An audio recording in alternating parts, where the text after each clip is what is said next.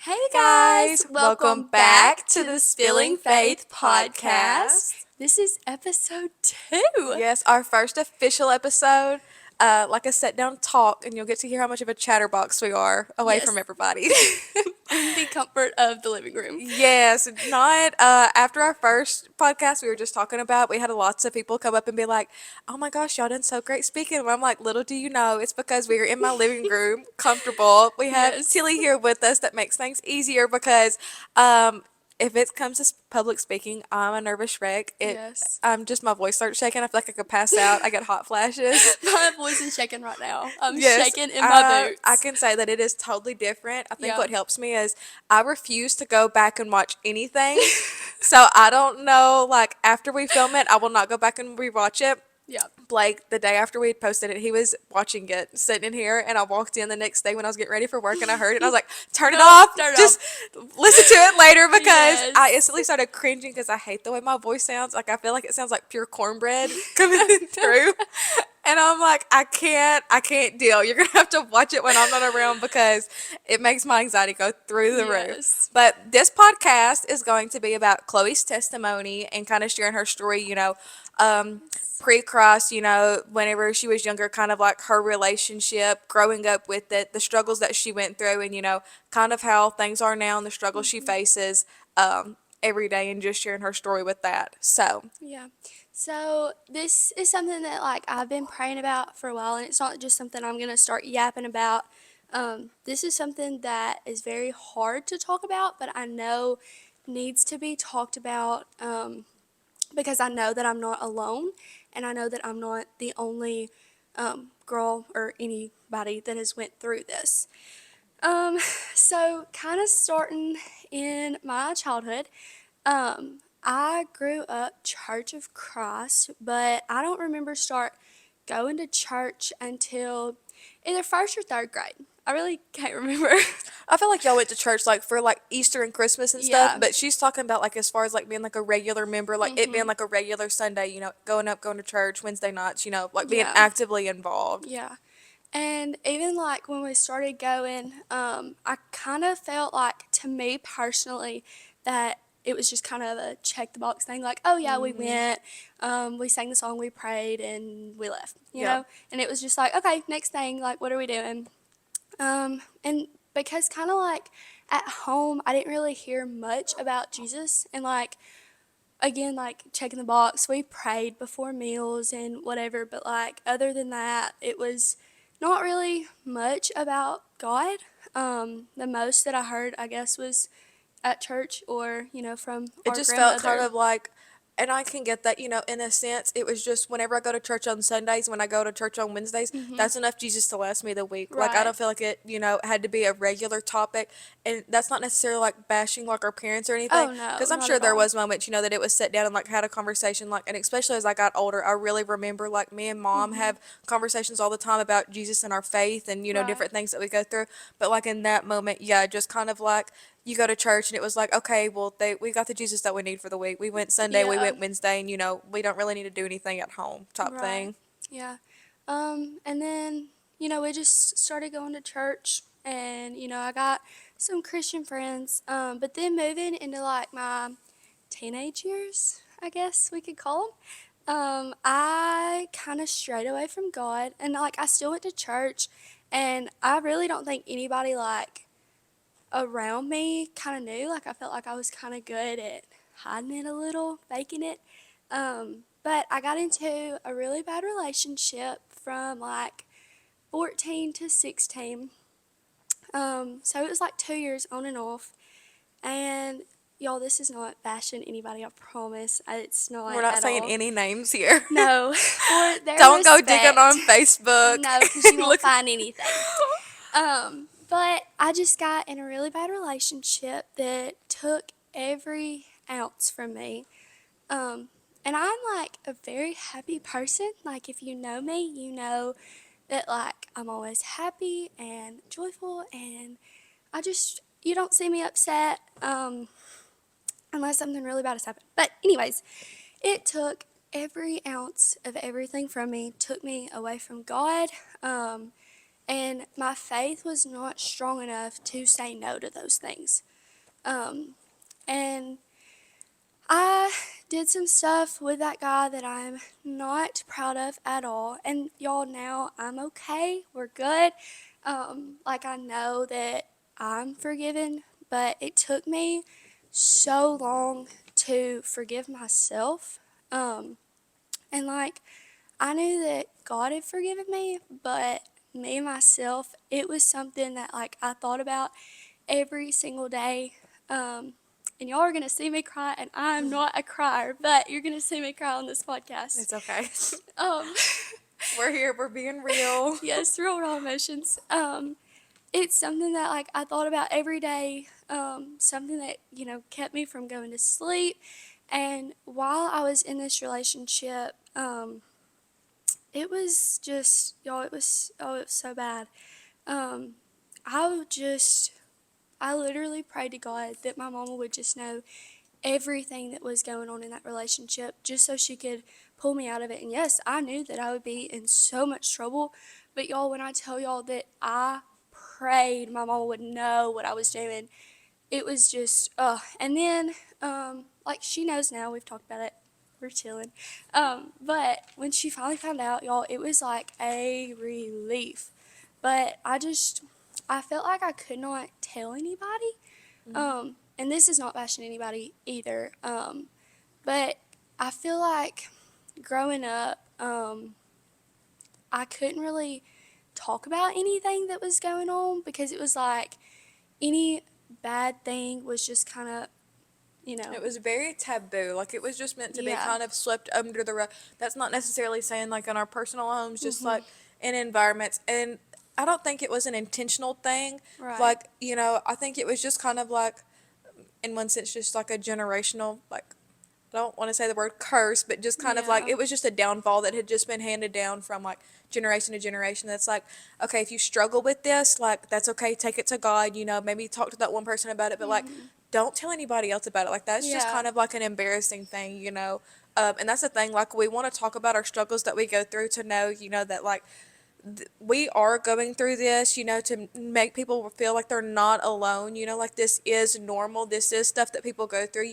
whether it's struggling with addiction or pornography or, lustfulness or Mhm. anything like that, to know like there is other people that are struggling with this, and it shouldn't be something that we're ashamed of. And, we have to be very vulnerable to put this stuff out here because it's like, Yes. that's the thing we were talking about, there is that fear that people are going to watch, our testimony videos and just be like, can you believe they done so and so, or can you believe that they went through this or done that? And it's just like, I feel like that it's such crucial, to Mhm. say what we've went through and to say how far we've come, to show people like the goodness of God, to Yeah. show like how he works in our lives, and like I said, just I feel like that's very important for us to be able to share the darkest, dirtiest points of our life, even if we don't go into like exact details, if we're not Right. comfortable with it yet, just to as much as we can to help people feel like, because I don't know about you, but I always felt like I couldn't really talk to a lot of people about it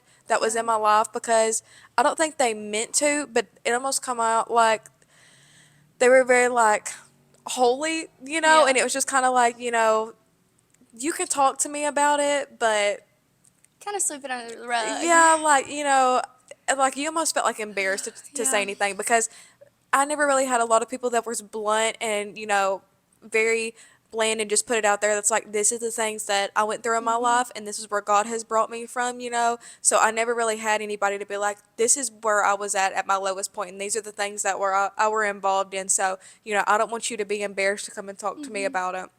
So like I Yeah. said, as I've gotten older, I have definitely came into contact with more people that have had, similar testimonies to me. And it is so much easier to have someone to talk to it. And just like at the end of the day, we're all human. We're all, have Right. downfalls. Nobody has lived a sinless life, except Jesus. So I think that's important to remember, and just it's okay to talk about those things. Yeah. It's not anything that we should be ashamed of and embarrassed of. Like in a Yeah. sense, like, yeah, it's not great that we done that, but I think we just need to acknowledge that, hey, what we did, it wasn't okay, but we're trying every Yeah. day to make it better, and like, thankful that Jesus died on the cross, that we can be forgiven for our sins and Yeah. pray and just remember that we're trying to live a better life every Yeah. day. And that God is a forgiving God.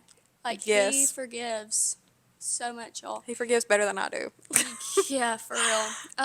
And like, something that we want y'all to know is like one of the main two reasons we're sharing this. One being, you are not alone at all. You might think you are because, like we just said, a lot of things get pushed under the rug, but y'all, you are not alone. I thought that I was alone for so long, and that's what put me in such a dark, dark place. You're not alone. Second, obvious reason being for God's glory. And something that like has really stood out to me the past couple months, and really like this is what we talked about today, is like everything is for God's glory, and it's not Him punishing you or you did something wrong. It is for His glory. So if you're going through something bad or awful or whatever, kind of like in James 1, the first couple of verses of James is literally talking about like just keep pushing, keep swimming, like this is all for God's glory. And something else, we're going to backtrack just a bit, like a year. um, it was 2019, so I was seventh grade, I guess 12, or about to turn 12, maybe 13, somewhere between there. Um, my Paul, which was like my best friend ever, y'all, like he was Superman, indestructible. Is that the right word? I think so. Anyways, He was a good guy. he got cancer, and he passed away. So he found out in October, passed away in December, like 7 days after my birthday, 8 days after my birthday. So that was like a very, very hard time because it was like this man, this is really the time I'm going to cry. This man that had had a chainsaw thrown back in his face, had trees, logs, big trees, full trees, crush him, crush his pelvis, could not walk. Like all of these things that should have killed him didn't. But cancer, the one thing we can't do anything about, did. And it was like that moment that like I was questioning God, like why did this happen? And I shouldn't have questioned God. I know that now. But that very dark moment in my life that I was questioning God, and it was the the greatest person in my life, it's just you took him away. And it was like that was such a hard moment. But then I just kept studying the Bible. And that was kind of what started, the whole 14 to 16 range of bad things and my faith going down. And, you know, So how do you think like your view changed on things like after your Paul died, like when things bad happened in your life, like how do you think that that changed your perspective on it? yeah, I mean, like I said earlier, it's not God punishing you. It's not God just letting bad things happen to good people. And I don't see it as, you know, bad things happen to good things happen to bad people anymore. Like, I don't look at it like that. I look at it Just bad things as, happen. yeah, bad Yeah. things happen. I mean, it's life, it's going to happen. But I look at it as using that for God's glory. I don't know if y'all have watched The Chosen. It's amazing. You should go watch it. But the blind man, when Jesus got dirt and his spit and rubbed it on his eyes, and he was immediately healed, he could see again. All of the people were like, what did he do? Like, his parents have done something, because in their time, anytime something was, wrong with somebody, or they had like anything go bad in their lives, it was their parents or descendants or whoever has sinned made it, this is why this has happened. It was like a curse for Yeah, him. Yeah. and Jesus was like, no, like I was using him for God's glory. Like this was for all of God's glory. Um, but I just, y'all, right now, and I was not going to say this, this was not planned. I told her before that I was not going to go in detail, and it's not like full details, y'all. But um, I'm going to say it because I really feel God and the Holy Spirit just like say it, because I know that I'm not the only one going through this. And you can judge me. It's okay. You're not supposed to judge. Don't judge. But, It's okay. I think it's important, for yeah. there to be like a certain level of honesty, and I really don't feel like our podcast is something that you know, I don't want it to be a podcast where we feel like we have to be uncomfortable and we feel like we Yeah. can't share certain topics because I can go ahead and tell you right now, like, we are going to be very vulnerable Mhm. and very honest on this podcast, and there's going to be things that are said that like might shock some people, not like in a bad sense, but it's just No. like the level of honesty that we want to put out there and just being real and being true. And I don't want to put up this fake persona of like, you know, I'm this perfect person that's never done Yeah. anything wrong, and because like I said, none of us are like that. And I just feel like this world needs more realness. Like, there is so much fakeness, and growing up, social media gives us such an unrealistic expectation of beauty and just life in general. Yeah. Keeping a clean house all the time, I can tell you right now, we are sitting next to a pile of laundry that takes up my whole couch, It's and it okay stresses me though. out so much. But It's it's a just, lived-in house. it's been such a week. I've been sick this past week, and Chloe I was was on, traveling. yeah, on vacation. So we have not been able to film No. in like a week and a half.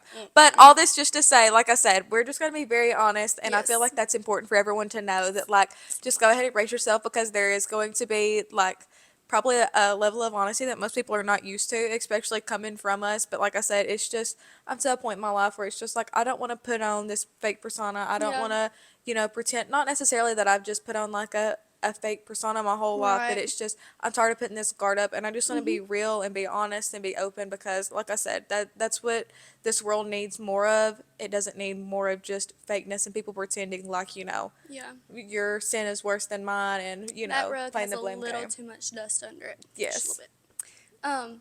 But something, and I'm gonna kind of tie this in. It's not just gonna make me rambling. Something that she said with like self-image and beauty, and that's kind of where this all started. I don't. I'm gonna try to not say a lot to keep it short, but be honest as I can.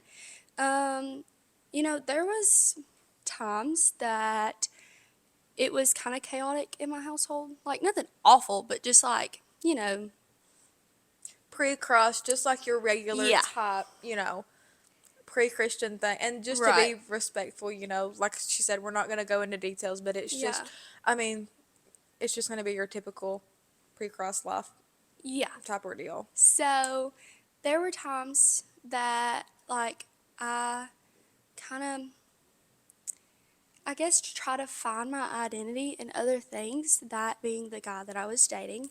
And me being 14, I so green, so naive, just everything that, I was being told I believed, and just seeking that, I don't even know what you would call it. Just, Maybe that attention, or to like yeah, to fill that void. the void. There we go. Trying to Because I fill know a that's what it was void. for me, was filling a void. Yes. And so this is going to be the hardest thing I've ever done. But um I had sex with that guy at a very young age, y'all, like 14. And I look back and I want to like slap her, like, what were you doing? Um, and that is like, y'all, for knowing that God forgives you, it's kind of easy, it takes a minute, but that was the easiest part of it. Forgiving myself, oh my goodness, like that, y'all, I couldn't. That is the hardest, Yes. especially like because you pray to God, you truly forgiveness, and then it Mhm. says that it is forgotten. God forgets it, Yeah. but it's just like and I know we're the same way. We're so hard on ourselves because it's just like, gosh, I can't believe I've done that, and we just keep like dwelling on it Yes. and dwelling on it, and God is like, it's forgiven. You know, Yeah. Like I it's have literally sent my only begotten Son to the cross. He has died, and he died for this, but we still want to dwell on it. And even if it's something that's like so big to us, it's just, it can be so minute to God, and just being like, yeah. this is just something that literally is so far from my mind. It's completely forgiven. Yeah. And like um I really struggled with it, and I felt that I was not good enough to go back to church and really have a relationship with God, because I was like, look what I have done. Like, God has given me this life, He has given His Son, and I just threw it all away. I did not feel good enough. I just, that relationship took everything from me. And I'm not bashing anybody, promise, not doing that. But It did. It took every ounce of self worth that I had and like anything that my mom had ever told me. And you would think I'd believe my mama over somebody, but no.